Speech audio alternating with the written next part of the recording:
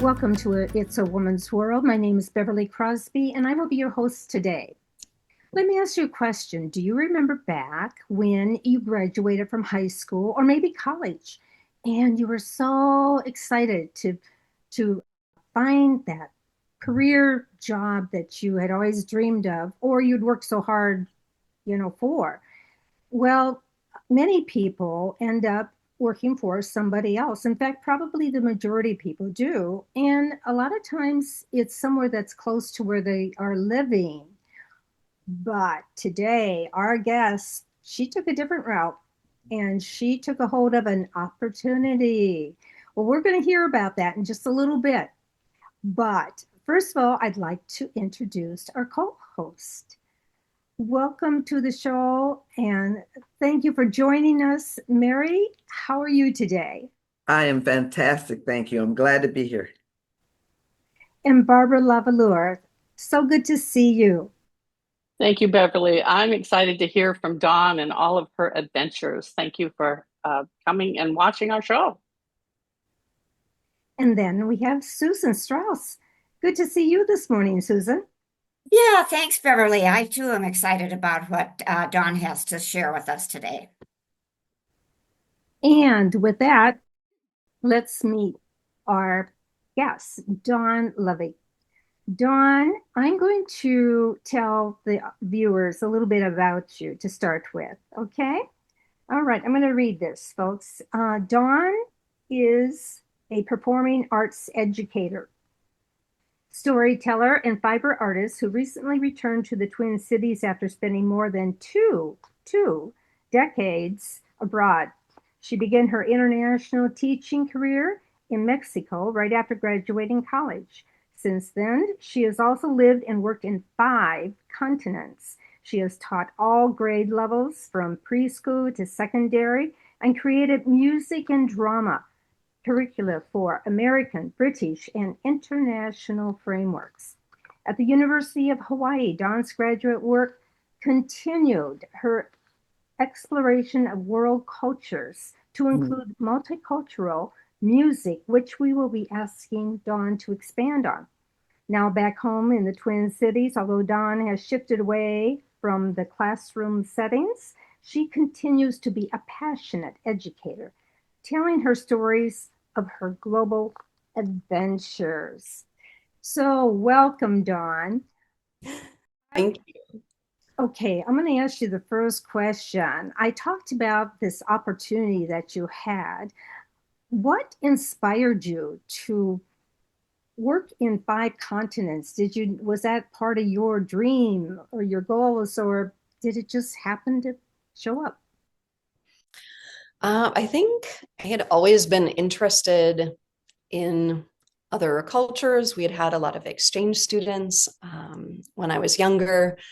And then on a trip to Europe during my college education, we had the opportunity to visit the international school in Vienna. And one of the other alumni from the college was teaching music there. And that was kind of the light bulb moment of, I mean, I could be a music teacher in Vienna or some other place. Like, well, that is so much more exciting than staying in Minnesota and teaching there and just being able to travel occasionally. So the idea of really being able to live somewhere and be more immersed in the culture for an extended period of time was really appealing to me. And so I just stayed in touch with him and he kind of helped me, gave me some advice to get started in the international teaching. Well, Dawn, just thanks for being here. And Beverly, I love the way you started out by asking the question if our viewers remember. And that took me back to my first job out of college. I'm an international photojournalist. And my first job was as editor of Carib Magazine, a weekly newspaper in the US Virgin Islands. And I too spent 20 years living in Europe. So my question for you is, how has living in the different continents impacted your teaching and your life? It has to have had a huge impact, as my experience did for me. Absolutely.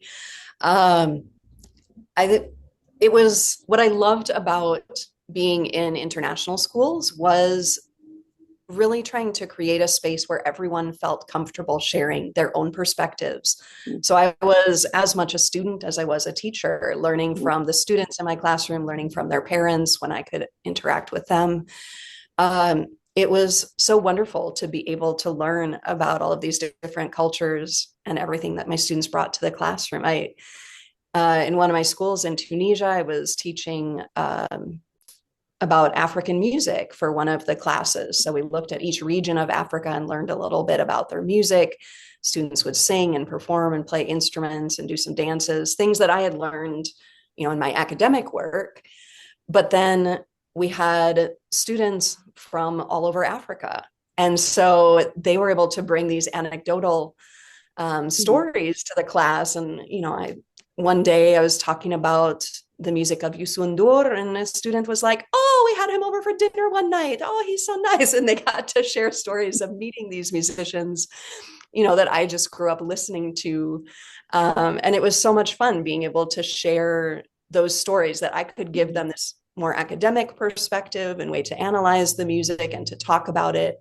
But everybody brings something different to the classroom. And that was something that was so exciting and certainly shaped my understanding of the world. Even just being in different cultures and learning the history of that country is so important to understand the complicated and amazing world that we live in.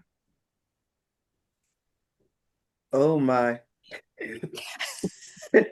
I was sitting here like grooving on the vibration of what you're saying, which then the question that comes up for me is the thread that was always there for you, was your love for life, your love for people, your love for yourself? Like, was there some thing, is that what had you be grounded? What had you be grounded and able to move and groove like that? I think I did always keep a strong connection here to Minnesota. I was always fortunate enough to be able to come home once or twice a year and reconnect with friends and family here, which was really nice. So I was definitely always felt like I was a Minnesotan at my core, and then adding all of these other layers of things on top of that, and just always approaching the world with curiosity and trying to instill that in my students of, yeah, people are going to do things differently, but let's approach it with curiosity. Why are they doing things this way? What can we learn from that? How can we find connections across different places? And so that was kind of the driving force. I had a fantastic experience on a semester abroad in college where I was learning to play the lira on the island of Crete. And just because I was studying music, the opportunities that created for people sharing their stories with me, they would see me carrying around this Cretan instrument and wonder what a white lady's doing carrying that around the island. And we would have these great conversations. And, I got to meet instrument makers and musicians and dancers, and all of these people graciously offered their time and expertise to me. And I was so thankful for that. And so that's kind of I always went in with the understanding that I'm a guest here, and what can I learn from you? And it just, all of these amazing doors seemed to open. Awesome. Thank you. Dawn, I have a question for you. I did some research on children, primarily K through 12, and not even K, having trouble getting to school, walking to school in some countries in Africa and in Asia. And it was because they were being accosted by grown men in the streets on their way to school. And then once they got to school, they were being accosted and sexually assaulted by their male classmates. So many of them didn't even get to school. What I'm wondering, though, is in your work with art and music, did you see any of them want to express the violence that they are subjected to in their country, specifically as it could be in any way, because it's a worldwide problem, but specifically in them getting their education and trying to get to school? I would say directly related to that, not really. Just because I was in international school, so it tended to be the more economically privileged students that were attending those schools. However, were students finding ways to express very personal things and struggles in their arts? Absolutely. In Tunisia, we had the African Development Bank move to Tunis from the Ivory Coast after the civil war started there. And so we had all of these students who had lived through the beginnings of the civil war there in the Côte d'Ivoire. And several of the students, I had this great hip hop collective of students, and they did incorporate it into their music. And it was really, to hear the struggles that they went through, the things they saw walking to school every day, was really heartbreaking. And to just try to be that safe space for them, to be a safe, welcoming space, to be a consistent environment for them to try and show love and care and acceptance in that community. So if they wanted to talk about things, of course, my door was always open, and I always loved having students there at lunchtime and before school and after school, and using that space to be creative and to help them to process things that they were going through. How fortunate for them to have you. Yes. Really, yeah. Don, for the viewers' sake, and you touched upon this with the different questions, but would you tell us which countries you did work in? And I know there were 5 continents. So, and if you were to go back, which one would you go to and why? That's a hard question. You weren't That is hard. So I started in Mexico. My first year was in northern Mexico in Torreon. And then I moved down to Mexico City after that. Then I moved to Tunisia. I was there for 4 years in North Africa. I did my graduate work then. After Tunisia, I was in Hawaii studying Polynesian music for 3 years. Then I went to Vietnam, and I had 2 years at an international school in Indianapolis, which was a very different experience being in the United States, but still in an international school setting. Then I went to Germany, to Egypt, then back to Europe, to Hungary, Paraguay, and the last 4 years before moving home here were in Romania, in Bucharest. Wow. And I would go back to just about any of them. I think Romania has a very special place in my heart. Tunisia, Mexico, I loved them. The only one that I wouldn't probably go back to was Egypt. I just had some unfortunate things happen there. And as a single woman, it was the most challenging of the places that I lived. So although I do have excellent memories from there, and I don't want to talk so negatively about Egypt, because I know lots of wonderful Egyptians, and again, had some lovely experiences of people opening their homes and being so generous and gracious there. I just happened to have some bad luck on a couple of days. So, yeah. Well, thank you for sharing that. It brings me to mind of, having learned one foreign language when I lived in Germany for over 18 years. How has it been for you to learn these languages, be able to sing in those? How many languages do you speak? And tell us how that has influenced your thinking and your everyday life. So I studied German all through school and university, and then moved to Mexico. So that was not very helpful. So I started learning Spanish when I was in Mexico, took classes for a little bit, and then honestly just kind of learned by hanging out with Mexican friends. So I speak Spanish very fluently, although not necessarily grammatically correct always. Then moving to Tunisia, I started both French and Arabic lessons. And French was certainly easier to learn with some background in Spanish. So I continued more with the French. The Arabic lessons were fascinating. I learned to read and write a little bit in Arabic. And had some really fun interactions because of that. But because French is kind of a second language there, it was easier to spend more time learning French and kind of have a faster payoff in being able to communicate with people. In Vietnam, I really, sad to say, did not learn much of the language, just kind of learned a few phrases. It was very challenging. As a music teacher, I love that it's a tonal language, but I found even when I tried to learn Vietnamese, it was hard to communicate with people. The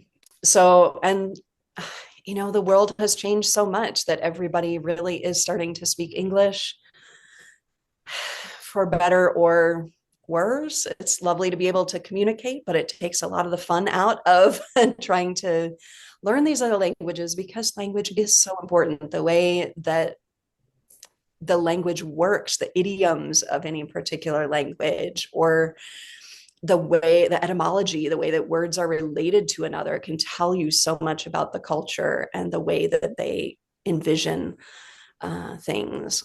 So yeah, I'm disappointed that I didn't work more on learning Vietnamese, but I think I was also teaching a lot of different classes there. And so my brain was tired at the end of the day.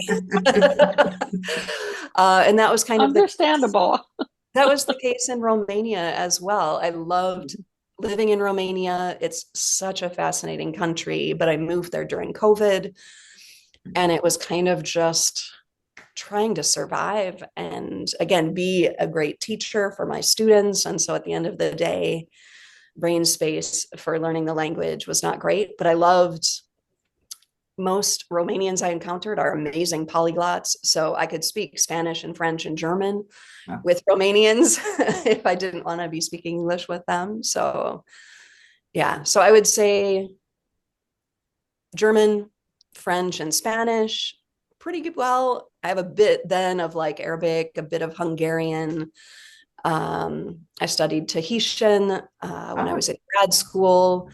So, and then singing in Tahitian and Maori and Hawaiian and Samoan for the ensembles that I was in there. So lots of little bits of things somewhere in my brain now. Ooh, you got me wanting to come see you in concert, honey. My goodness. Well, likewise. Thank you. Thank you. Well, now we really are committed to empowering people, but particularly women. My question for you is, what would you say has you shine? You might have addressed this already. I heard business people. What has you shine? The word shine came to me today in meditation. So what can you say to anyone that's listening to us, to listen to this broadcast? What do you want to say about shine? Is there anything of inspiration you want to say, or any your thoughts on it about creating a great life? I think the best things happened when I went in with very few expectations and just being open to what's going to happen. And I have been just pleasantly surprised time and time again with how willing people are. If you show a little interest in their life, they will open up to you and share amazing stories and share their culture. And really, you have this fantastic conversation with people all over the world. And it's been so wonderful. And I didn't expect any of it. It just fantastic things happened. And I really have enjoyed that. So I think just being open, being curious, approaching everyone with respect and curiosity is the way to get things started. Perfect. Thank you. Thank you. I am just envious of your experiences and your ability to speak the different languages. One question I have for you is when you compare the different countries and working with them in art and music, what did you see as any similarities among the countries? And then what were some obvious dissimilarities in the way that they would express their artistic ability? I mean, almost everybody loves engaging in music. Mm. So that is always a fun place to start. And I really tried to bring a lot of different musical cultures into the classroom. And I always placed myself as these are the things I know about. And the way that I designed my curriculum was always so that students could bring in music and focus on music of their cultures or cultures they were interested in. So that was a really fun way of sharing. Um, One thing that surprised me and then immediately didn't when I thought about it, but when I was working in Egypt, um, most of the students in the school were Egyptian. And so one of the days, I oftentimes had like a listening activity to start the class, and we would listen to all kinds of different music. One of the days we listened to a performance by Bach, and it was on a pipe organ. So I had a picture of a pipe organ up, and none of the kids had ever seen one before because, of course, I grew up in a Lutheran church in Minnesota. I know what a pipe organ is. But in Egypt, of course, that's not the music that they would hear in church. So talking about the cultural importance of the pipe organ and where that has come from, and then having that conversation about, well, what is music like when you go to the mosque? What kind of chanting is there, and the difference of how music, the different roles that music can play in a culture, the different ways of thinking about music, it's really fun to talk about, really fascinating. We are down to 5 minutes. Can you believe it? Oh my goodness. So I want to, Dawn, have you tell people what you are doing now. You've only been back in the States for, a short time, but already you have a new adventures, I should say. And one of them is including, let me read this. You're a fiber artist. And I'm going to have you explain that you actually have a sample of what that is. Dawn she's brought some of her art from the other countries back home to show us. And she also has had an exhibition at the local fiber arts collective called the SNPs. Is that correct? Right.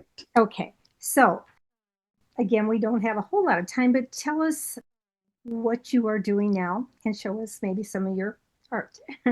Sure. So the art came about when I was living in Paraguay.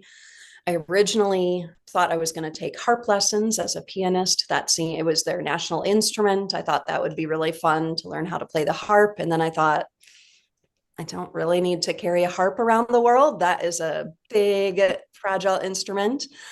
And it ended up that my Spanish teacher is from a town, Itagua, that is known for a kind of fiber art, a kind of needle lace called nyanduti. And she arranged a field trip to the museum, introduced us to a master lace maker, and I just fell in love with this art form. So several of us started taking lessons from our Spanish teacher because she had grown up learning how to do this. So she taught us, and my Spanish lessons quickly just were art lessons in Spanish. But it was so much fun. And so I've continued. Still now, I've done it, I guess, for 7 or 8 years. I've continued to work on it and kind of taken it in a different direction using those traditional techniques. And with the blessing of my teacher, I did make sure that she liked what I'm doing still, and she was very happy with it. So I feel good about that. But now I've been kind of interpreting architectural designs into lace. So living in Romania, I loved the architecture. I take thousands of photos of buildings, and I started turning them into lace, especially the wrought iron doors and windows. So one example I have, this was one that was in the show recently. Wow.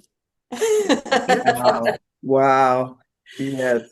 So it's using those traditional techniques from Paraguay, and continuing to use them because even they would use them to make different shapes. So I've kind of taken them to combine with my other passions, using my photographs and my love for architecture and translating it into beautiful lace.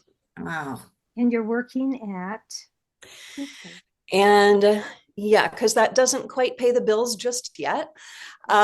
So I've been fortunate. My love for storytelling and educating. I get to be a tour guide at Paisley Park, sharing my love for Prince's music, which I had done all over the world. My students all over the world knew about Prince. And I'm also working with the Minnesota Historical Society. So I get to work at Fort Snelling, and which is so fascinating to, again, I get to keep learning and find out more about the history of Minnesota and share that with the visitors who come to see us there. Okay, well, we've only got about a minute left. Any comments real quick? Well, I'd like to have another segment with Dawn so I can find out about all her food experiences in all these different countries. But I'm fascinated by your fiber artwork, and I would love to be able to see it. So perhaps we could put in the credits where it's a website, or if you have one, to see your work closer up. Thank you. We Yeah. definitely include Yeah. that. So, well, we've run out of time. We got just about 20 seconds left here. So, what an interesting life and adventure. And just because you took a hold of that opportunity. And I think, that's important. We need to be open to what opportunities are out there for us. And you've just, it's been very entertaining. I've learned some things today from you, and I'm sure our viewers have too. So, Dawn, it's been a real pleasure having you here. Thank you for taking your time to join us. And I also want to thank Mary and Barbara and Susan. I know we all could have a lot more questions for you, but unfortunately, our time is up today. But thank you anyway. And viewers, thank you. I hope you enjoyed our show today. We'll see you next time on It's a Woman's World.